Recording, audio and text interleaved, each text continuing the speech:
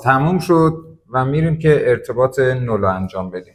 دوستان من به مالک گفته بودم که سیمای شیشی که میخواد تهیه بکنه فاز رو قرمز بگیره، نول رو آبی بگیره، ارت رو هم سیم زرد با خط سبز بگیره. یه اتفاق جالب که افتاده، فروشنده این سیم رو برای ارت داده و گفته که از این به بعد از این سیم استفاده میکنن برای ارت. والا من همچین چیزی ندیدم. میخوام ببینم اگر شما اطلاعی دارید رنگ ارت توی بازار جهانی عوض شده، این رو به منم اطلاع بدید، ما توی دودلی و شک نمونیم. و رنگ نول هم شده سبز، رنگ فاز هم که من قرمز گفته بودم قهوه‌ای گرفته. حالا قهوه‌ای اوکی میشه برای فاز استفاده کرد، ولی سبز و زرد رو من شک دارم. اگه شما اطلاعی دارید به منم بگید منم بدونم.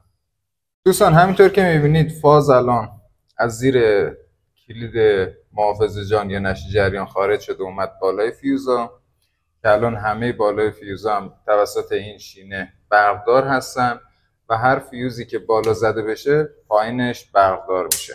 نولمون هم از زیر کلید اومد داخل ترمینال نولمون و الان ما تمام سیمای آبی رو میتونیم بیاریم وصل کنیم اینجا هم مثل قسمت ارت هستش.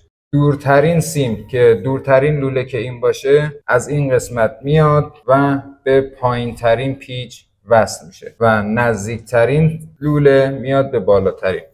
چون من اینجا رو از بالا شروع کردم بستنشو و یه چند تا از این پیچ ها اضافه هستش، از نزدیکترین لوله و بالاترین پیچ شروع میکنم.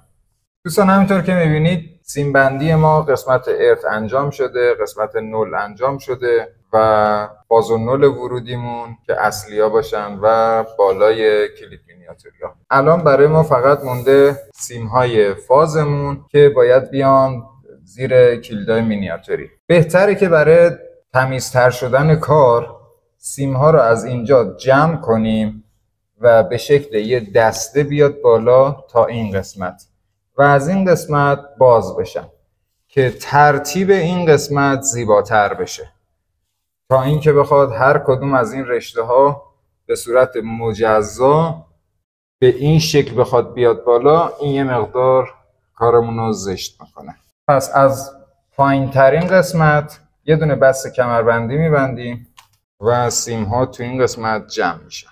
یه دونه تقریبا 7-8 سانت مونده برسه به فیوزا، تو این قسمت میبندیم به این شکل و از اینجا سیمامون رو باز میکنیم و میبریم زیر کلیدای مینیاتوری. دوستان من الان سیم اول رو وصل